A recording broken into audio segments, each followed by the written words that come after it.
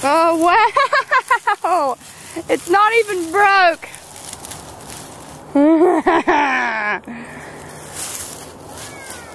Wow! Deer poop! I don't know if you can see in there, but that's... Let's lift it up.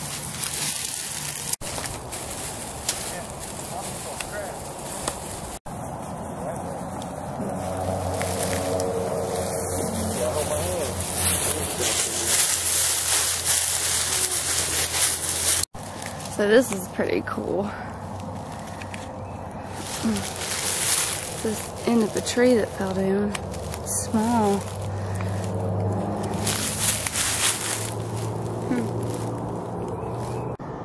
So today I came up to see if my ramp patch had started growing any, and I can't find it. So it is not. Is there any in there? Keep going down. What's up, everybody? Turkey time. Okay, so turkey is in the sink. It's all taken out of its packaging. Make sure that your turkey is completely thaw before you try to cut on it and stuff. Mine was in the fridge for 4 days and it thawed out. I have removed my favorite parts, the hearts, lungs, and the organs. This, oh my God, it's beautiful. It's the best thing in the world to eat. Okay, so we're just going to cut the fat.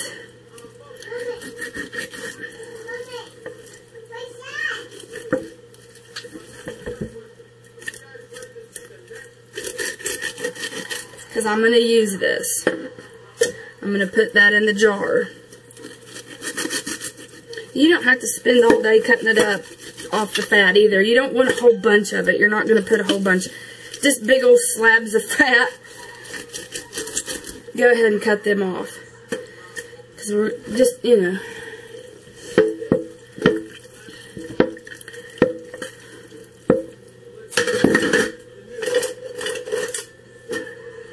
Okay, gonna change knives.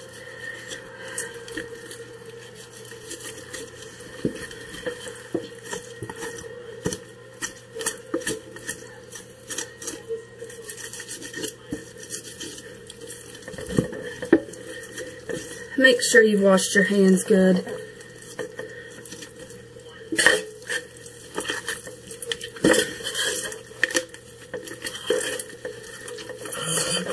Nobody said it wasn't going to be hard work.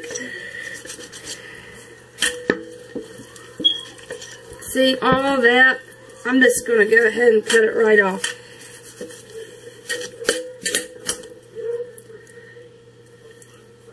In the bucket. In the bucket.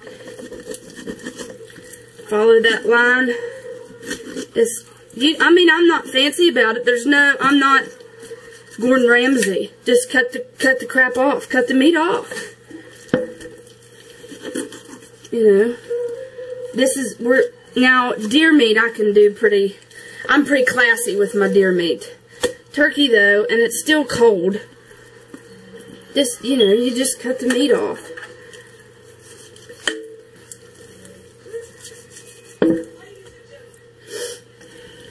There's nothing better in the world. So what happens is, last year I made turkey for Christmas, and it was just my husband and daughter and I, and it was a complete waste because my husband won't eat turkey he won't eat the leftovers because he's crazy. But, you know, it's just dry after a few days. It's not very good. So I thought, well, that was the biggest waste. But that's alright, it was a learning experience, so I went and got a couple when they went on sale, and I thought, well, this would be good for my daughter and I's lunch every day. They were on sale. I'm in charge of how I fix it, and I make sure it's pressure canned, and I make sure that it's, look at that, that's a great piece of fat. So I started canning them last year, and it was the best thing I'd ever eaten. I made a little bit of, I canned my potatoes, so I went down to the basement and got a jar of potatoes. I got a jar of turkey I'd canned. I got some stuffing, and Lily and I ate like queens. Actually, for about 8 days, I ate it up. I couldn't believe how much I liked it. I know I like canned chicken, but I really, really, really love canned turkey. I was going for it before I was going for the deer meat in the cellar, and that's a big thing. That lets you know a lot. And it's just so healthy. I know it's a little bit of work, but you know, what are you going to do? What are you going to do when the grocery stores are down? What are you going to do when your husband gets laid off work and you might be able to, you know, get a new job quick, but there's going to be a week or two when you don't have any money and you've got kids. Like, I understand that people do the best they can, and not everybody's got time to can, and not everybody wants to, and that's okay too, but people make little snide remarks. Well, aren't you just prepared for the end of the world? Well, no, friend. I'm prepared for my husband being laid off of work. I'm not going to worry about, well, God, we can't pay the bills this month and eat we can't have groceries and pay the bills. What are we going to do? I'm not stressing. I'm going to go downstairs and I'm going to grocery shop in my cellar. I just, you know, I'm in charge of this. It's not coming down an assembly line and getting packed into little cans and recalled 2 months later because of salmonella or anything else. I sanitize my jars. I make sure that everything's the way it needs to be to avoid botulism and harming my family. And this takes a good 30 minutes to get all this off the bone.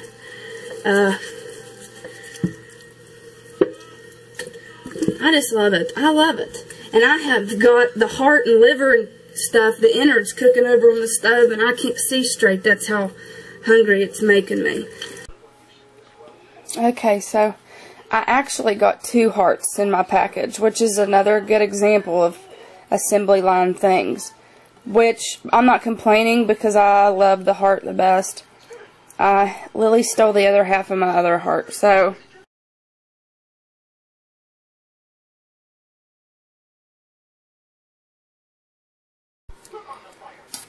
Okay, so there's no water in here. I just put canning salt in the top of the jars. Just a tip of your teaspoon. Alright, so the water's in up to the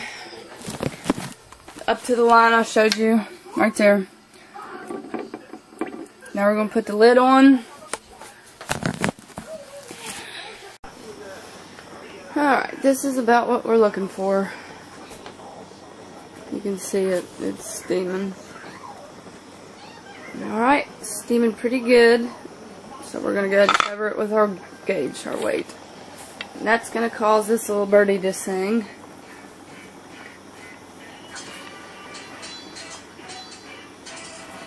And we're going to wait until the pressure starts to build and pops that straight up. And then this is going to start poundaging. And we're going to go to 11. When it gets to 11, we're going to start our timer for 75 minutes. And you honestly, I mean, nobody's skilled enough to just walk away from their canner. I'll have to be in here or close by for that full 75 minutes because I've come back and checked it. It's been close to 15. You don't want to blow your canner up because you're not going to have eyeballs left when you do. Alright, we're getting there. So, it actually only took about 5-6 minutes for the pressure to get so high. It's at 8.5.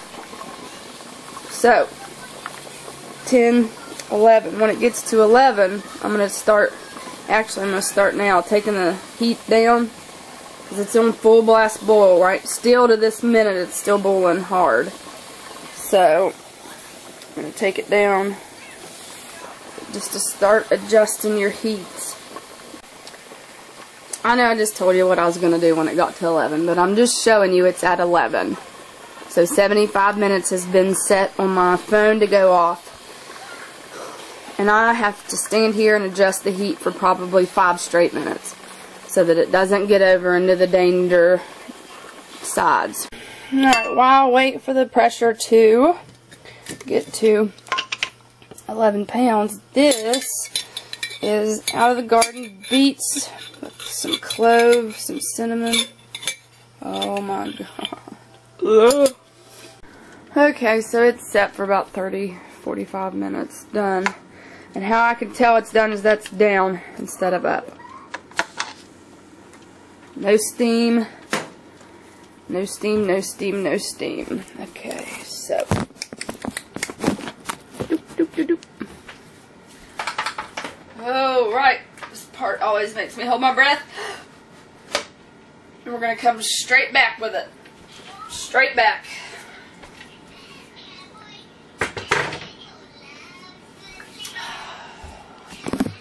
Woo! Alright. Now it's still really hot. I'm not left it for 5 and 6 hours. This is 30-40 minutes off of the pressure can, so I can't touch nothing. It's hot. It's steaming. Alright.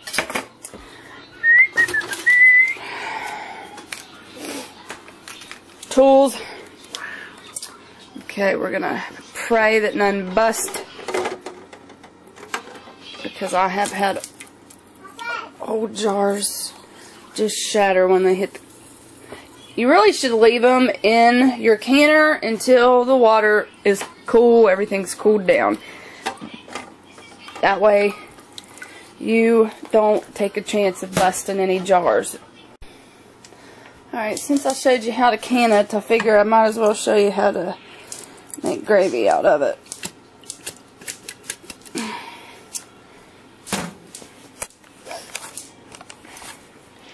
Psst, come here. I'm going to get some help for a second. Oh, well.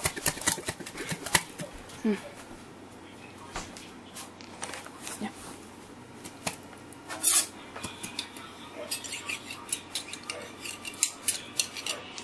Oh my gosh.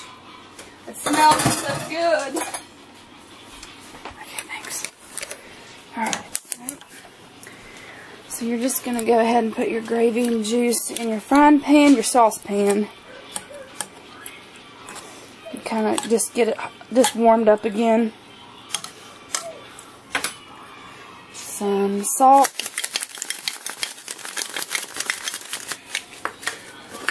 I'm going to use a little garlic.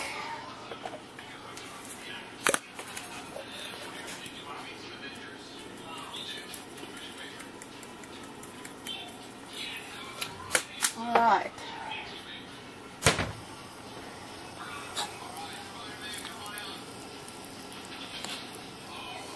And you're just going to turn that on to boil. And I want it boiling. Turn it, just go ahead and turn it. Oh my gosh. Oh my god, it's so good. Just turn it on to boil. Hi. Babe! Can you come here?